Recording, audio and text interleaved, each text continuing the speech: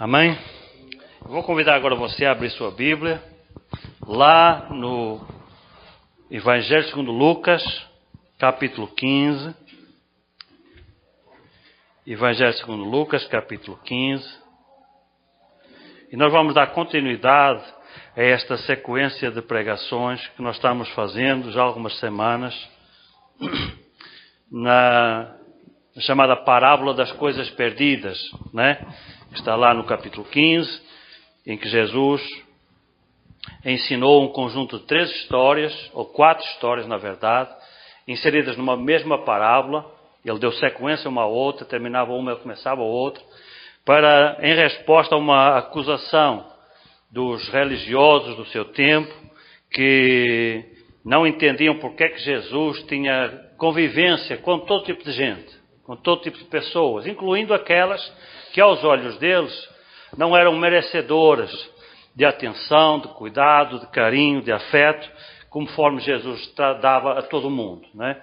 Jesus não fazia acepção de pessoas. A Bíblia diz que Deus mesmo não faz separação de pessoas. Deus recebe todo mundo igual, seja rico, seja pobre, tendo uma vida muito reta, tendo uma vida toda esculhambada, Deus recebe do mesmo jeito, né? E então Jesus procura, através destas 4 histórias, nos ensinar o valor de uma vida humana para Deus, né? E a súmula de todas essas histórias está lá no versículo 10, quando Jesus diz assim: vos digo, pois, que há alegria diante dos anjos de Deus por um pecador que se arrepende. Então está a conclusão máxima onde Jesus quer chegar com essas 3 histórias é essa aqui, né? Embora, como nós já vimos anteriormente, todas estas histórias têm muito ensino, né? Muita instrução para nos ensinar coisas muito importantes em relação à nossa vida. Nós demos uma primeira pregação geral, em que nós abordamos os 4 assuntos numa pregação só. Depois começamos a falar sobre cada uma individualmente. Há 2 semanas falámos sobre a ovelha perdida. Na semana passada nós falamos sobre a moeda perdida, ou a dracma perdida. E hoje eu gostaria, querendo Deus, compartilhar convosco alguns pensamentos sobre o filho perdido, ou o filho pródigo, também é chamada esta história. E ela começa lá no versículo 11 desse capítulo 15, e vai até o final do capítulo.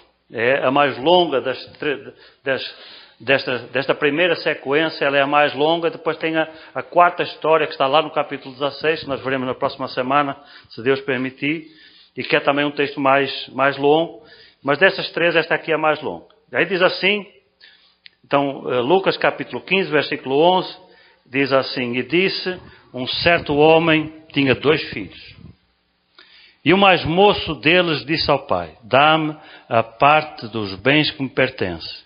E ele repartiu por eles a fazenda. E poucos dias depois, o filho mais novo, ajuntando tudo, partiu para uma terra longínqua, e ali desperdiçou os seus bens, vivendo dissolutamente. E havendo ele gastado tudo, houve naquela terra uma grande fome, e começou a padecer necessidades.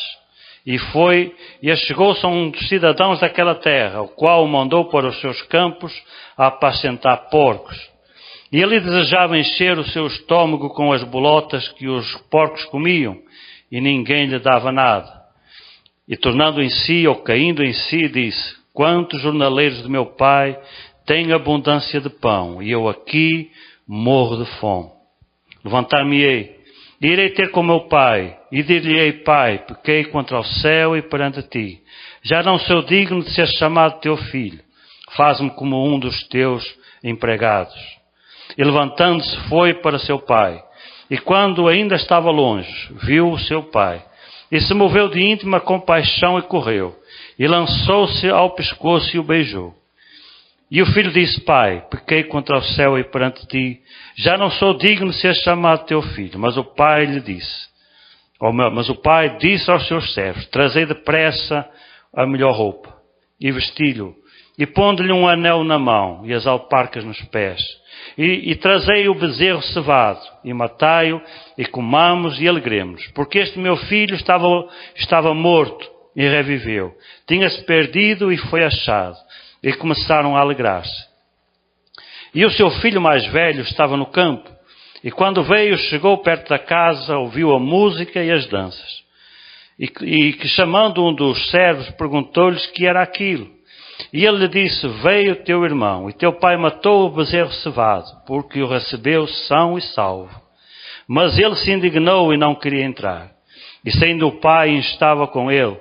Mas respondendo ele, disse ao pai, eis que te sirvo há tantos anos, sem nunca transgredir o teu mandamento, e nunca me deste um cabrito para alegrar-me com os meus amigos.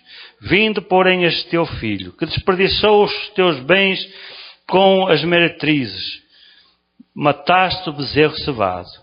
E ele disse, filho, tu sempre estás comigo, todas as minhas coisas são tuas.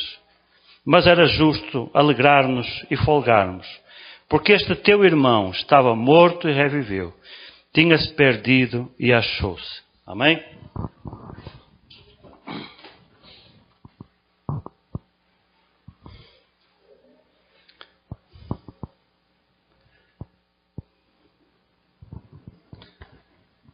Essa parábola do filho pródigo, ela é provavelmente um dos textos mais conhecidos da Bíblia.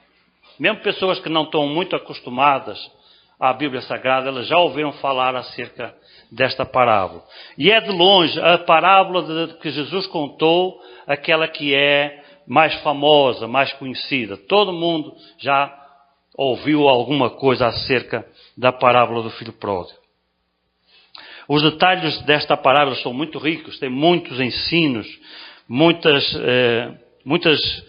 ensinamentos em diversas áreas que se aplicam à nossa vida, seja como filhos, seja como pais, na forma como nós devemos organizar a nossa família. Tem muita instrução todo esse texto. Por isso ele é tão usado, tão trabalhado por muitas vidas. Há uns anos atrás, lá em Portugal ainda, talvez há mais de 15 anos, eu dei uma sequência de pregações só nessa parábola, umas 4 ou 5 pregações só nesse texto aqui. Mas dessa vez eu vou fazer tudo numa só, tá certo? Na realidade não vou nem usar esse material que eu usei lá nessa outra vez, estou usando um material novo. Então como nós vimos até aqui, esta é a terceira história de um conjunto de 4, na qual Jesus pretendia dar resposta àquela acusação dos religiosos. E através dessas 4 ilustrações, Jesus queria demonstrar claramente a importância de uma vida humana, a importância das pessoas, o valor das pessoas para Deus. Ao contrário do que pensavam os religiosos e do que pensam ainda hoje muitos religiosos, que acham que eles são os bonitos, eles são os amados por Deus, os outros não, né? Ainda hoje a gente vê muitas brigas, às vezes até entre igrejas, porque a igreja se acha, ela sim, é a igreja de Jesus. As outras são todas desviadas, né? Mas na verdade Jesus não faz diferença de pessoas, e é isso que ele queria ensinar através destas parábolas. Cada uma destas histórias, ela tem um direcionamento diferente. Jesus não contou 4 histórias para dizer 4 vezes a mesma coisa, né? Cada uma delas tinha um direcionamento diferente.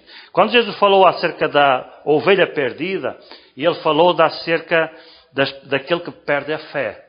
Porque a ovelha é uma figura do cristão, né? Nós somos chamados de ovelhas. Jesus é chamado do quê? Do nosso pastor, né? Quem foi resgatar a sua ovelha foi o pastor, né? Então a ovelha perdida é uma figura da relação de Cristo com o seu povo, com os crentes, com os cristãos, não é? E o que é que aquela ovelha perdida ela fez? Ela foi embora. Foi embora da fé, foi embora da igreja, se afastou de Jesus. É uma figura daquele que se afasta, daquele que se desvia dos caminhos de Deus, não é? Então é uma figura daquele que perde a fé, não é? A dracma perdida já tem um outro direcionamento. A dracma é uma moeda tem o seu valor, não é? Então ali o Jesus procurou ensinar-nos acerca daquela pessoa que perde os valores e os princípios, não é? E nós temos que muitas vezes a gente perde os valores, os princípios, onde? Dentro de casa. Onde é que aquela mulher perdeu a moeda?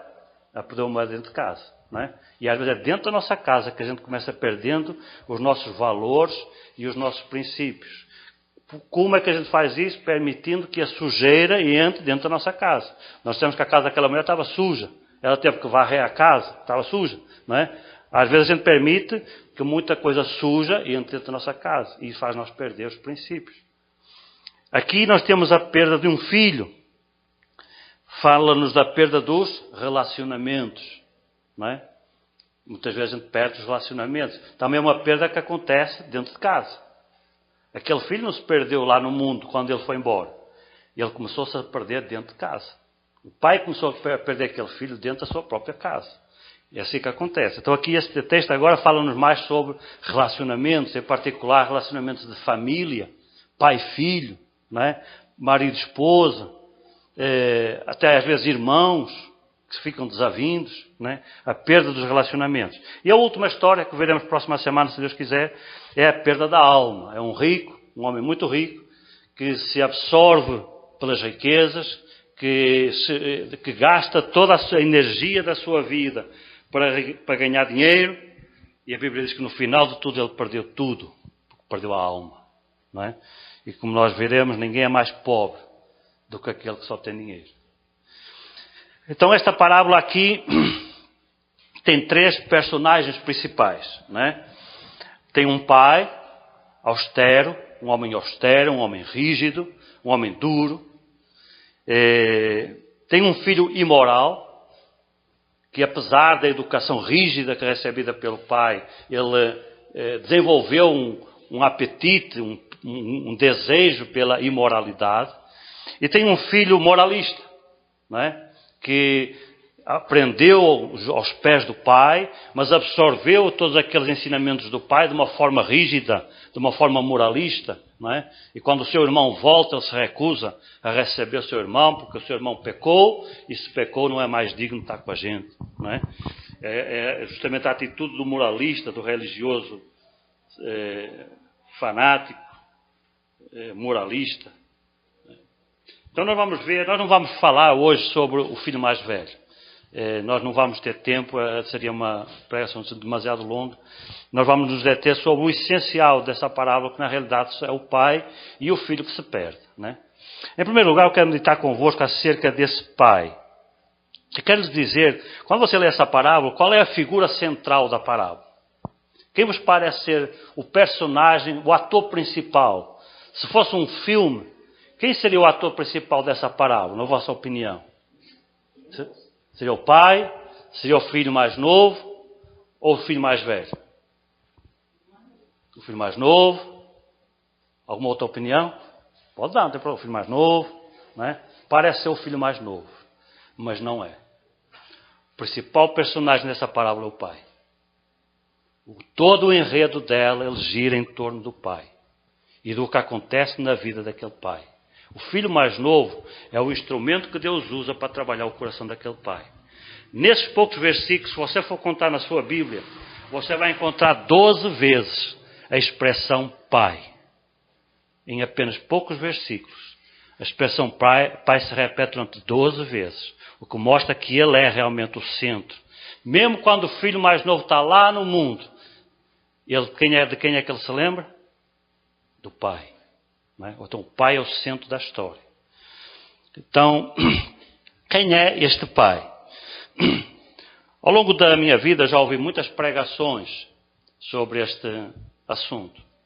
E mesmo na preparação deste estudo, ao longo dessa semana, eu fiquei ouvindo mais algumas pregações de pastores conhecidos, pastor Josué Gonçalves, Hernandes Dias Lopes e outros, né? E eu nunca na minha vida eu ouvi uma pregação, uma opinião que visse este pai como uma pessoa, ou melhor, eu vou dizer de outra forma, todas as pregações que eu ouvi sempre colocam este pai como um pai perfeito, um pai modelo, um exemplo de pai, né? Todo mundo. Eu estou colocando os grandes pregadores desse país, os grandes pastorzão desse país, a opinião deles é que este pai é um pai modelo, é um pai exemplar, né? Diz até que ele é uma figura de Deus, né? No relacionamento de Deus com os homens. Mas eu sou sincero, eu posso estar errado, mas eu nunca engoli essa. Porque quando leio com atenção esse texto, eu não vejo esse pai. Eu vejo um outro pai.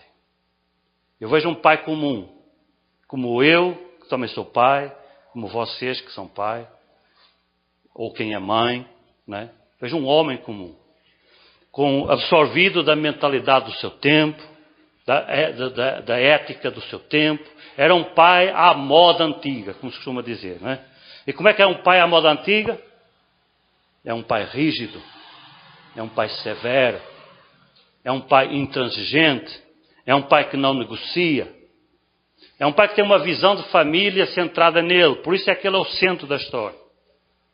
O centro da família quem é? É o pai. Antigamente, não sei como é que é agora na vossa casa, mas na minha casa, o melhor pedaço da panela ia para quem? Para o meu pai. Quem era o primeiro a ser servido? Era o meu pai. Não é? Quando é que a gente começava a comer? Depois que o meu pai começasse a comer. Era desse jeito. Porque a família ela era construída à volta do pai, da figura paterna. Entende? Então este pai é um pai como eu e como você. E um pai como eu e você é um pai que tem os seus princípios, tem a sua moral, mas às vezes a gente erra, outras vezes a gente acerta. Não é? E eu vejo este pai fazer coisas que, graças a Deus, eu não vejo Deus fazer. Por isso eu não vejo esse pai perfeito, nem essa figura de Deus. E nós vamos ver alguns detalhes em relação a isso. Se nós, ao analisarmos esta história, nós vamos ver que Deus usou tudo isto para trabalhar o coração daqueles três personagens, a começar pelo pai. A transformação na vida daquele pai foi tremenda. O pai do final da história é bem diferente do pai do começo da história. Entende? Porque toda aquela situação foi usada por Deus para quebrar o coração duro, rígido daquele pai. Então esse é o pai que nós encontramos aqui. Ele tratava os seus filhos com dureza. A missão essencial dos filhos era trabalhar para ajudar o pai. Não é? Antigamente, como é que muitos homens, quando as mulheres engravidavam, o que é que eles desejavam? Que fosse um homem. Para quê? Para o ajudar no trabalho. Ou ajudar na roça. Não é? Então a visão era uma visão utilitária dos filhos. Os pais tinham uma visão utilitária dos filhos. Eles queriam que fosse homem para quê? Para o ajudar. Não é? Só que a minha Bíblia ensina que a função do pai é ajudar o filho. Não é a função do filho ajudar o pai. Claro que os filhos devem ajudar o pai, viu? Mas os pais ajuntam para os filhos, diz a Bíblia Sagrada. Não são os filhos que ajuntam para os pais. Os pais ajuntam para os filhos. Então essa é a essência. Este pai viu os filhos assim. Os filhos eram vistos para trabalhar. Não é? Como é que aquele filho mais novo, ele está lá no mundo, quando ele cai em si, como é que ele vê o pai? Já repararam nesse detalhe? Ele lembra do pai, qual é a visão, a imagem que ele tem do pai. E ele diz assim, quantos jornaleiros de meu pai têm abundância de pai? Ele vê o pai como patrão. Está a ver como é que ele vê o pai? Porque toda a vida ele foi criado para trabalhar. Então a visão que ele tem do pai é um pai patrão. É um pai que manda e o filho obedece. Não é? Quando o filho mais velho volta para casa, não é? Que ele vem da roça, morto de trabalhar, e chega perto de casa, vê aquela festa, não é? E ele recusa-se a entrar, e aí o pai vem falar com ele, o que é que ele diz? Ele diz, sempre estive contigo sem nunca transgredir um dos teus mandamentos. O pai mandava e ele obedecia. Só que ele não obedecia de coração. Ele obedecia contrariado, mas obedecia. Entende? E aquele pai não se importava.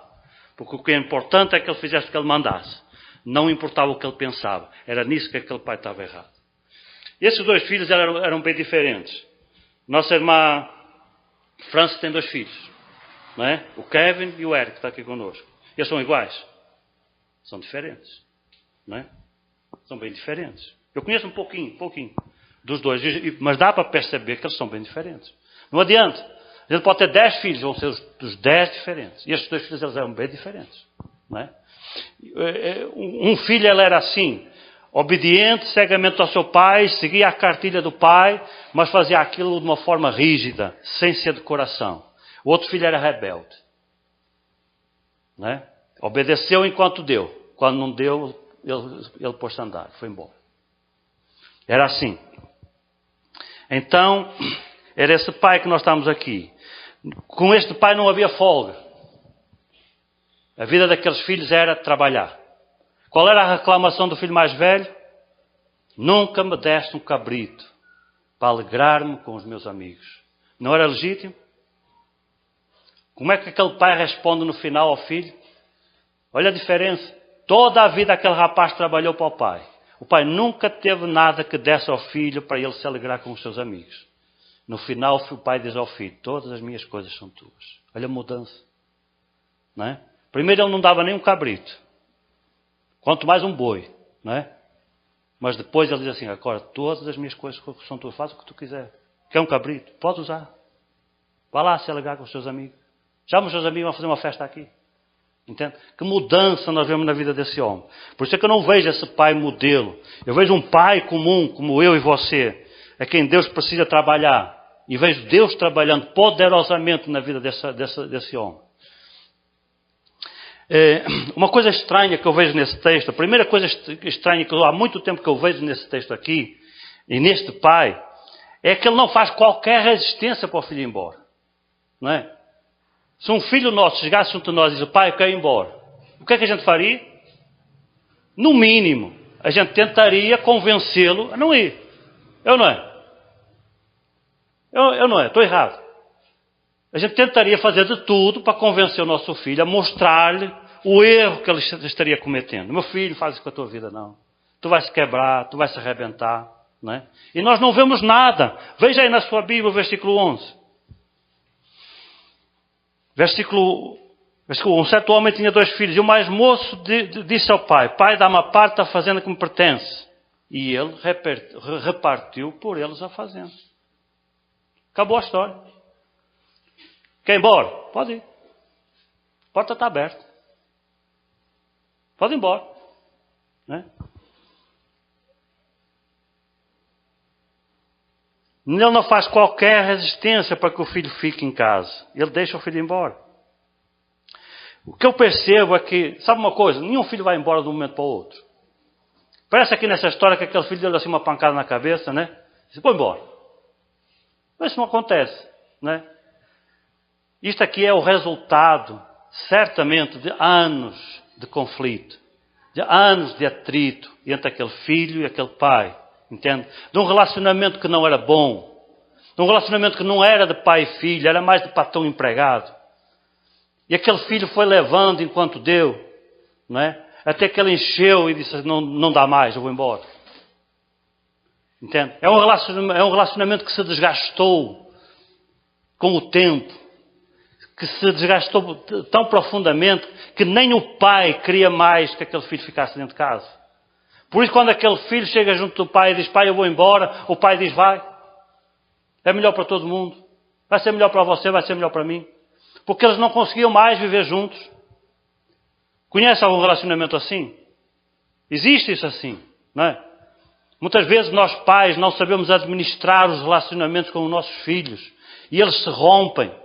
E eu quero dizer, meu querido, que a principal responsabilidade é nossa. Num relacionamento pai e filho que rompe, a principal culpada é o pai. Sempre é o pai. Você pode dizer, mas ele fez, ele aconteceu, a culpa é sua. A culpa também é dele, mas a maior é sua. Sabe por quê? Porque o administrador do relacionamento da casa é o pai. O administrador da casa e de tudo que acontece dentro dela, incluindo os relacionamentos, é o pai. O pai não tem só o direito ao melhor prato. Ele tem o direito à maior responsabilidade.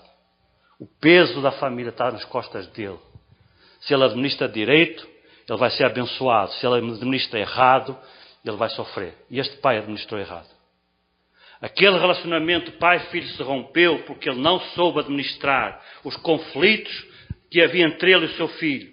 Ele não conseguiu perceber que muitas vezes acontece isso com os pais. Nós pais não percebemos que os nossos filhos são diferentes. E porque um filho nos obedece, nós achamos que o outro está errado. Porque se está a dar certo com um, porque é que não dá com o outro? Sabe porque é que não dá com o outro? Porque eles são diferentes. E nós tratamos pessoas diferentes de uma forma igual. E não dá para ter resultados iguais. Os resultados são diferentes. E por isso um filho ficou e o outro foi embora. Porque as pessoas são diferentes. Este pai, ele perdeu o seu filho dentro de casa. Quem é que perde nesta parábola? Quem perde é o pai. O filho perdeu dinheiro. Não foi? Ele perdeu dinheiro. Perdeu alguns anos de vida. Mas foi só isso que ele perdeu. Quem perdeu mais foi o pai. O pai perdeu o dinheiro porque o dinheiro era dele. O dinheiro que o filho perdeu era de quem? Era do pai. Então quem perdeu primeiro foi o pai. Não é? O filho perdeu o dinheiro do pai, não perdeu o dele. No fundo perdeu o dele porque era a herança dele. Mas ele perdeu o dinheiro do pai. O primeiro a perder foi o pai. Quem perdeu mais nesta história toda foi o pai.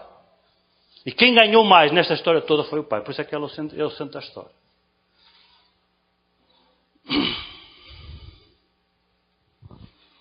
Aí eu imagino a conversa final desse pai e desse filho no momento em que ele vai embora. Pode ir. É isso que você quer? A porta está aberta. Você só me dá prejuízo?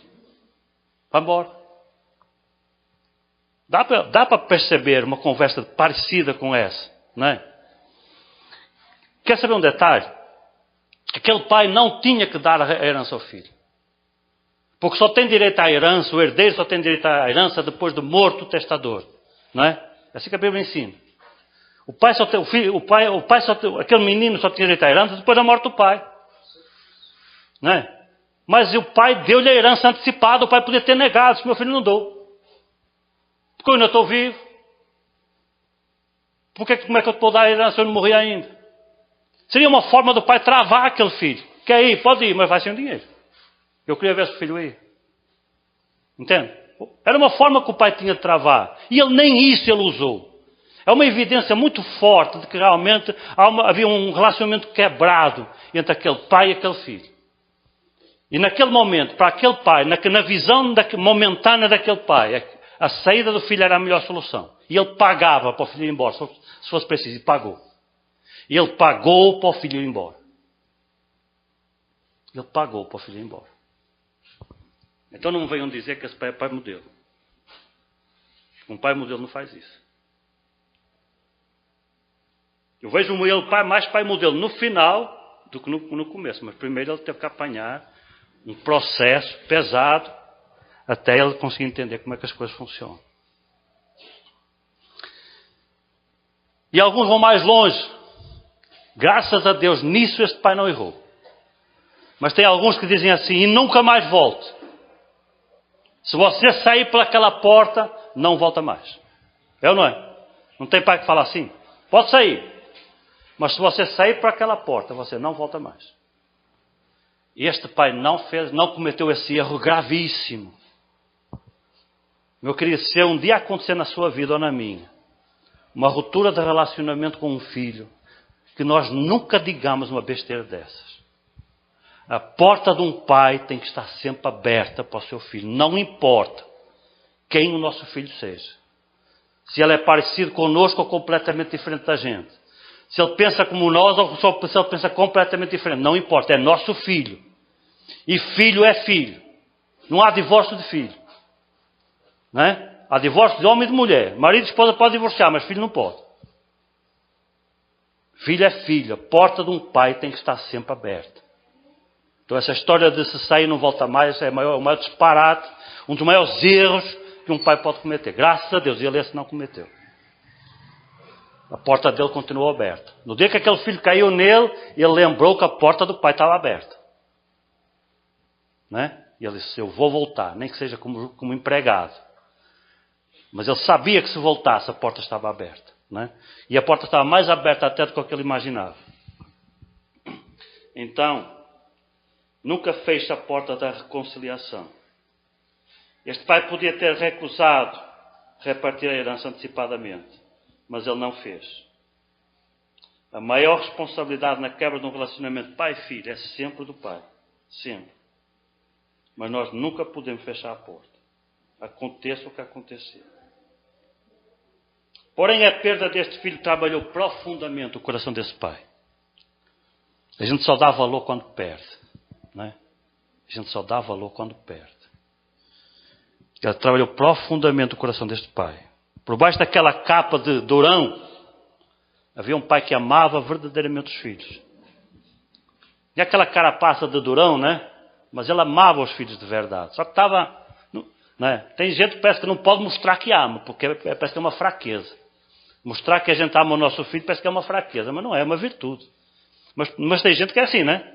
Não consegue mostrar, não consegue dar um beijo num filho, não consegue dar um abraço num filho, aquele negócio muito austero, muito sério, nunca dá uma risada para o filho. Se o filho contar uma piada, o cara não ri, porque não pode rir, porque senão está a dar muita confiança ao filho, né? Tem gente que é assim, mas está tudo errado. Mas por baixo daquela capa havia um homem sensível, havia um coração de pai, verdadeiro. Mas ela precisava ser quebrada, aquela carapaça. Foram anos de ausência do filho para quebrar aquele homem. Mas ele deixou-se quebrar. Graças a Deus. Ele amava verdadeiramente o seu filho. Só a perda o fez reconhecer o quanto ele amava o filho. O quanto ele sentia a falta do filho. Rapaz, quando a gente está com raiva, a gente fala cada besteira, né? Como é que a gente é capaz de dizer a um filho, vai embora? Pode ir, a porta está aberta. Parece que a gente não sente falta do nosso filho. É só ele ir embora, passado umas poucas horas, a gente já está sentindo saudade. Não é? Aí, mas não quer admitir. Mas está certo. Sabe o que é que Deus faz? Está certo. Poder resolver o problema em poucas horas. Mas vamos resolver isso aqui em alguns anos, para ver se essa carapaça aguenta.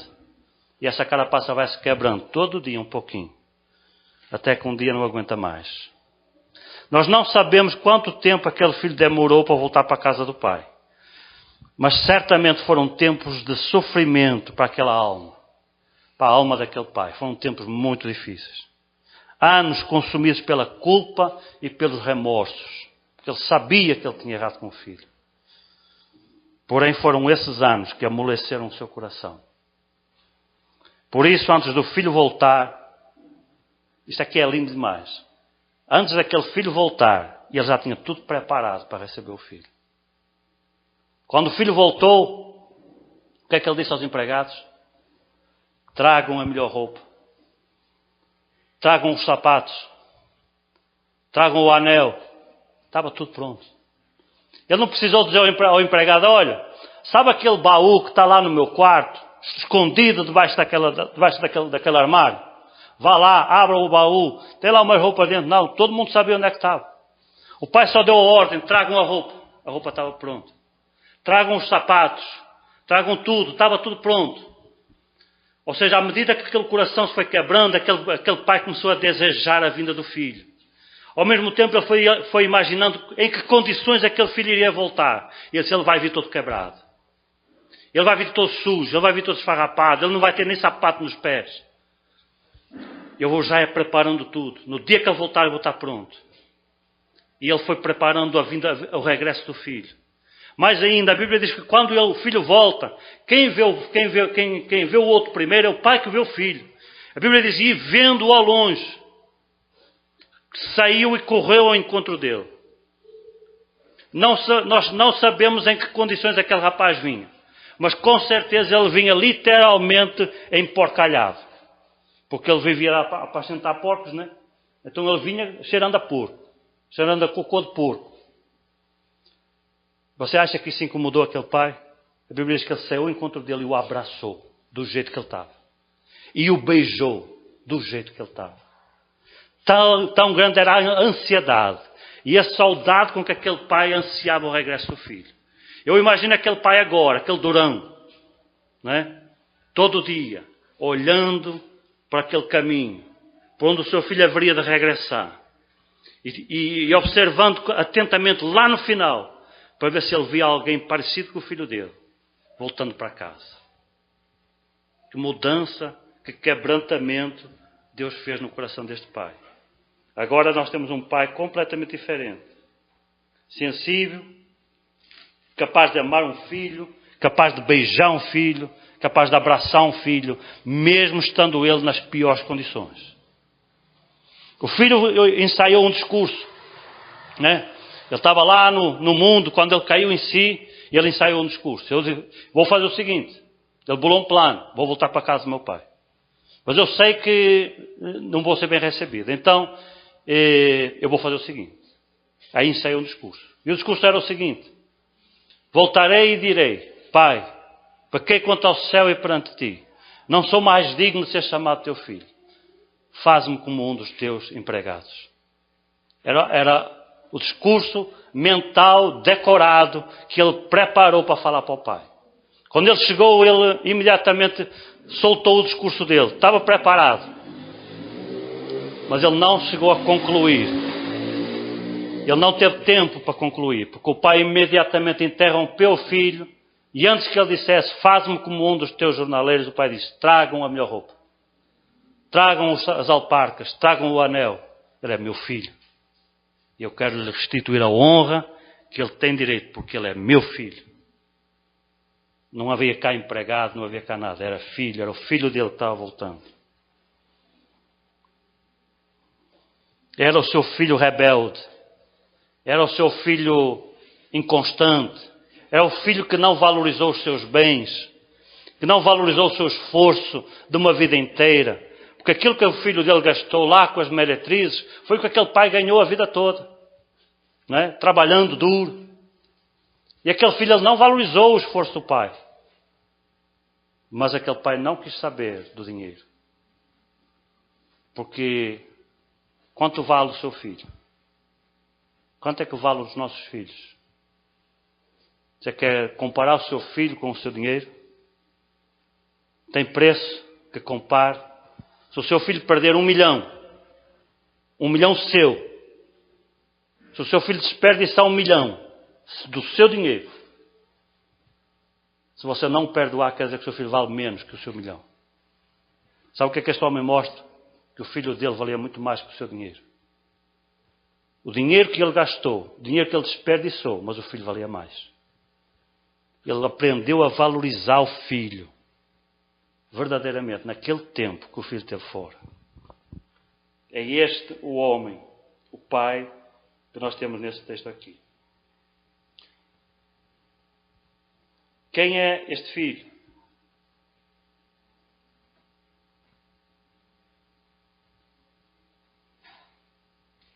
Filho mais novo. Quem é esse rapaz? É o filho rebelde. É o inconformado. É o filho diferente. Diferente do mais velho.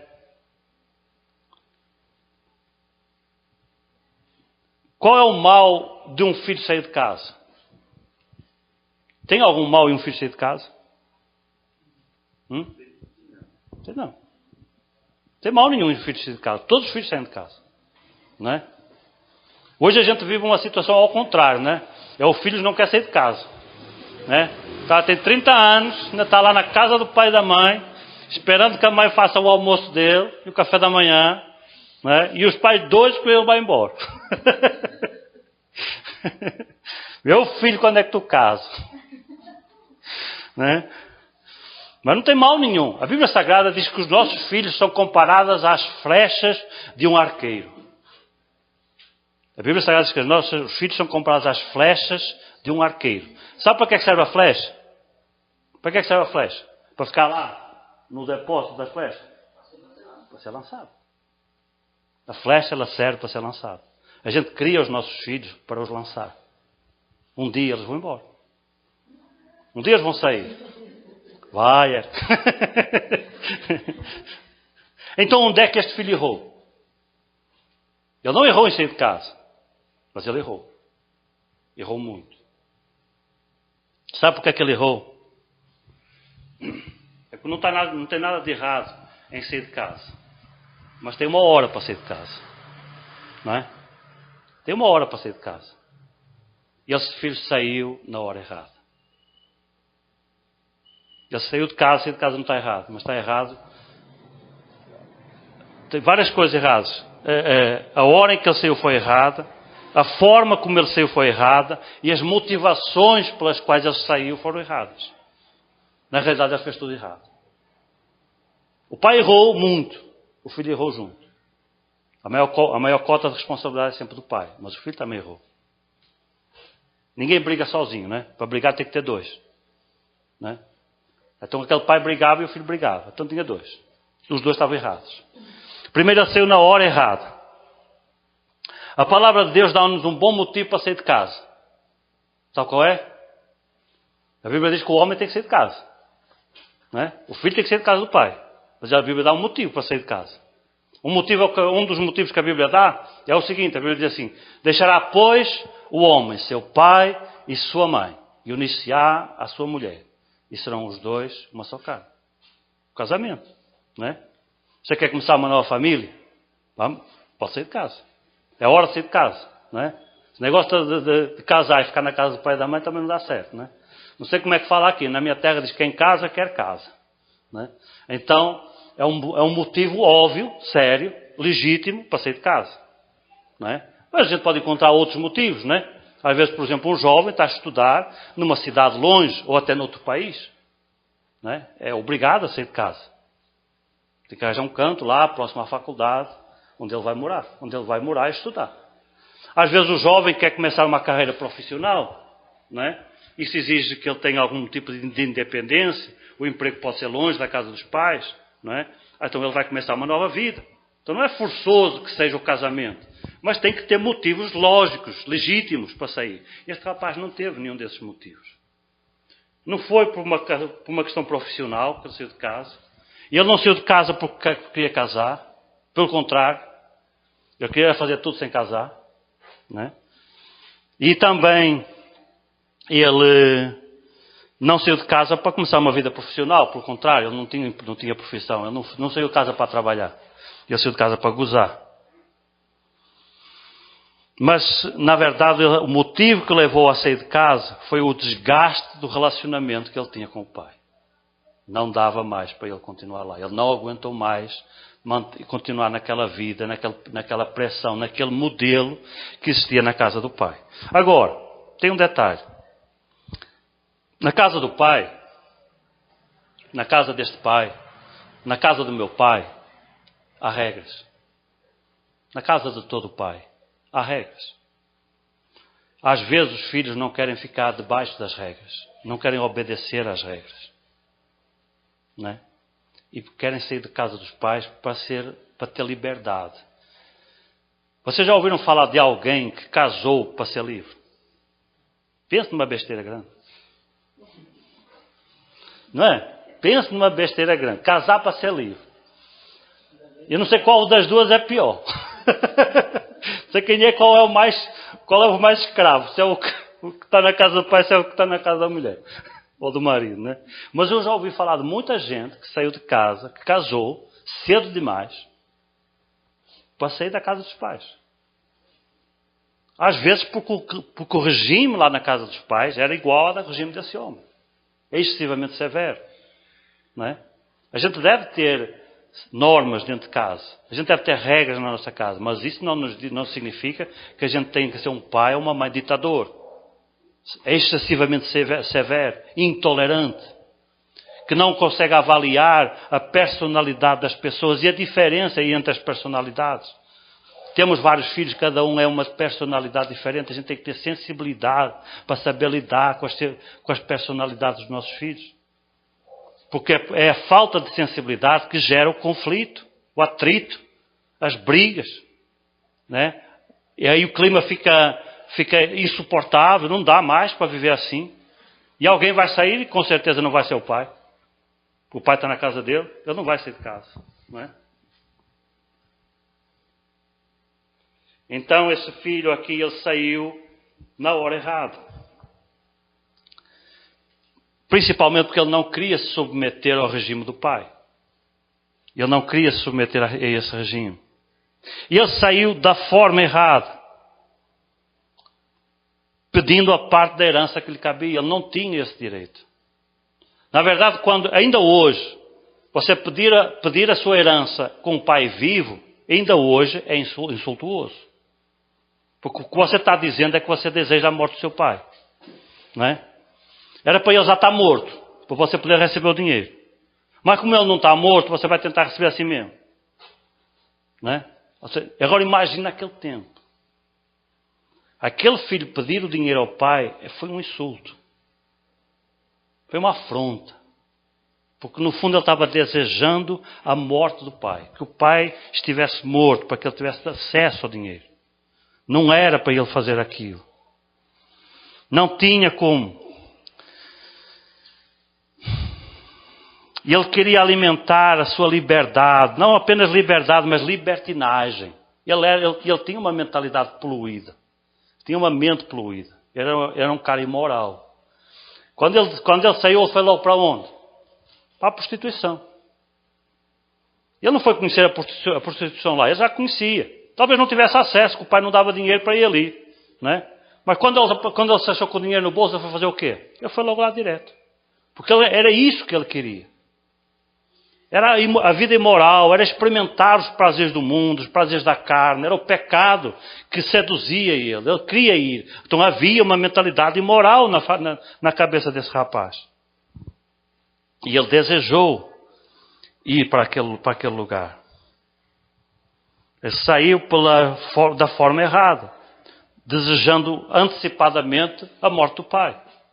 E saiu pelas motivações erradas. Ele saiu para alimentar os desejos do seu coração. Ele quebrou um princípio sagrado. O princípio da autoridade. Sabe o que é que a Bíblia diz?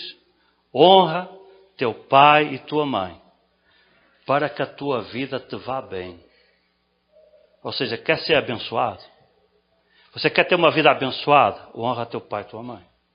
Porque se você não respeitar isso, você vai quebrar. Foi isso que aconteceu com a vida desse cara. Ele não respeitou o pai. E por isso ele quebrou. Não importa quanto tempo possa demorar, você vai quebrar. Honra teu pai e tua mãe, para que a tua vida te vá bem. É uma das ordenanças da lei, um dos mandamentos, está lá em Êxodo capítulo 20, versículo 12, e também depois Paulo repete em Efésios capítulo 6, versículo 2, o mesmo princípio aplicando também para a nossa vida, para a igreja. Deus não quebra princípio. Deus não quebra princípio. Quem não honra seu pai e sua mãe não tem vida abençoada, porque ele não quebra princípio. E a experiência desse rapaz, ele não podia acabar bem. Ele quis ser livre, solto, libertino, experimentar o pecado. E foi isso que ele foi fazer. Ele saiu na hora errada, da forma errada, pelas motivações erradas. Na realidade, ele não saiu só porque tinha um relacionamento difícil com o pai. Ele saiu porque ele queria ser livre. Ele não queria obedecer. Não queria ter a quem obedecer. Nós precisamos, meus queridos, todos nós precisamos de ter a quem prestar contas. Vida sem prestação de contas só dá asneira. Só dá asneira. Porque quando a gente não tem que prestar contas, a gente fica solto demais. A gente fica livre demais. E isso não é bom. Não é? Marido tem que prestar contas para a esposa. Esposa tem que prestar contas para o marido. Filho tem que prestar contas para o pai. Todo mundo tem que prestar contas. E este filho saiu porque ele não queria prestar contas. Ele não queria mais prestar contas. Aí saiu, foi embora. E sabe o que é que aconteceu quando ele deixou de prestar contas? Ele podia gastar. Não tinha que explicar porque é que gastou. Não é? Se não corresse bem o investimento, não tinha problema. Ninguém ia cobrar nada dele. Mas isso fez com que os fundos saíssem dos seus bolsos. E ele perdeu tudo o que ele tinha. Meus queridos, em conclusão, todos nós sonhamos com uma família, né? Quem é que não sonha em ter uma boa família? E graças a Deus pelas nossas famílias. E por aqueles que têm um bom lar, uma boa esposa, um bom marido, não é? Mas nem sempre as coisas na nossa família elas saem como nós planejamos. Às vezes a gente planeja demais, não é? Principalmente em relação aos filhos. É um dos grandes erros que os pais cometem, é fazer planos para os filhos. Porque os filhos não são a continuação de nós. Os filhos são outra pessoa. Quem vai fazer planos para a vida deles são eles. Não somos nós. Às vezes o pai diz assim, eu gostava que o meu filho fosse médico. Não é? A gente gostava. Mas se ele vai ser médico ou não, isso é ele que vai ter que escolher. Vai depender da vocação dele, dos interesses dele. Não é? Adianta eu querer forçar. Quantos casos você conhece de pessoas que tiraram um curso porque o pai queria assim, e o filho quis agradar ao pai, e depois teve uma carreira frustrada, ou até mudou de carreira, ou foi fazer outro curso porque não era aquilo. Não está na personalidade da pessoa. Então, meus queridos, a gente deve fazer planos para a nossa vida com limite. Principalmente para os filhos.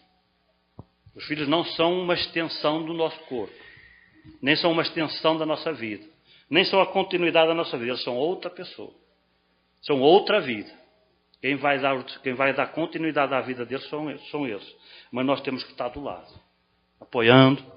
Mesmo que a gente não esteja de acordo, a nossa porta tem que estar aberta. Esta história também tem um final feliz. Das 4 histórias que Jesus contou, 3 delas têm um final feliz. O pastor encontrou a ovelha, a mulher encontrou a dracma e o pai recuperou o filho. Graças a Deus. Mas foi um tempo que Deus usou para trabalhar poderosamente nesses corações e para os poder resgatar. Na verdade, nós encontramos aqui 3 pessoas perdidas. O pai estava perdido, se perdeu dentro da sua própria casa e da sua própria rigidez. O filho imoral estava perdido, porque alimentou desejos de imoralidade. E o filho moralista também estava perdido, porque ele era intolerante, não tinha misericórdia, não tinha compaixão para com aquele que está lá embaixo. Não é? Nem que fosse seu irmão. Você repara que quando ele volta, o filho mais velho diz ao pai: este teu filho, não é meu irmão, é teu filho. Gastou o teu dinheiro com as meretrizes, esse teu filho. Ele nem considerava mais o rapaz seu irmão. Mas é interessante a resposta do pai. Não é? Leia aí na sua Bíblia. O pai diz assim: este teu irmão estava perdido, mas foi achado. Interessante, não é? O pai dá a resposta direitinho ao filho. O filho diz: este teu filho não é meu irmão. Não reconheço mais meu irmão, intolerante. Mas a resposta do pai diz: este teu irmão. Ele não diz este meu filho. Este teu irmão, ou seja, ele é teu irmão. Quer tu queira, quer não queira. Quer goste, quer não goste. Ele é teu irmão. Os 3 estavam perdidos. Nós não sabemos com rigor o que aconteceu com o terceiro. A história termina antes de dizer se ele aceitou, se não aceitou, se ele entrou para a festa, se não entrou. Não é? Mas, pelo menos o pai foi completamente resgatado. No final da história é o outro pai. Agora é um paizão. O filho é completamente resgatado. Ele volta inteiro para a casa do pai. Agora ele está na casa do pai porque ele quer a casa do pai. Já não é mais porque é obrigado, já não é mais porque está forçado ou porque tem que ser assim. Agora ele está lá porque ele quer estar na casa do pai, nem que fosse para obedecer a ordem. Quando ele diz: eu vou, nem que seja para ser empregado, para ser jornaleiro, e ele diz: eu estou disposto agora a obedecer ao meu pai. A receber a ordem e a obedecer como faz um empregado. Não é? Aquilo que ele não aceitava, que ele não conseguia suportar antes, agora ele está disponível. E ele volta inteiro para a casa do pai. Completamente resgatado. O pai aprendeu a valorizar o seu filho depois que ele foi embora. O filho aprendeu a valorizar a casa do pai depois que ele perdeu tudo. E estes personagens também estão entre aqueles que precisam perder para valorizar. Às vezes nós somos assim. Às vezes nós precisamos perder para valorizar. Mas que não seja necessário isso na nossa vida. Ambos precisaram de um tempo de crise para aprender a valorizar o que Deus lhes tinha dado. Que isso não seja necessário na nossa vida. Hoje é um tempo de voltar para casa. Restaurar relacionamentos. Pedir perdão. Se nós temos algum relacionamento quebrado, se algum relacionamento pode ser pai-filho, pode ser marido-mulher, pode ser entre irmãos, entre amigos, não é? Às vezes a gente perde um amigo por causa de uma besteira. A Bíblia, sabe o que é que estas histórias ensinam? Que gente é muito importante. É muito importante para Deus e tem que ser muito importante para nós. Ou seja, a gente tem que valorizar as pessoas. Seja família, seja amigo, seja um colega. A mulher que recupera a sua moeda, ela faz uma festa com quem? Com as amigas e com as vizinhas. Não eram todas amigas. Algumas eram só vizinhas. Mas ela valorizou aquelas pessoas. Entende? Então a súmula destas histórias é valorizar as pessoas. Então vamos valorizar aqueles que Deus nos deu, que estão à nossa volta, seja a família, seja ou não seja. E se há algum relacionamento quebrado, vamos pedir perdão. Vamos voltar para a casa do Pai. E que certamente Deus vai abençoar a nossa vida. Amém? Que Deus vos abençoe.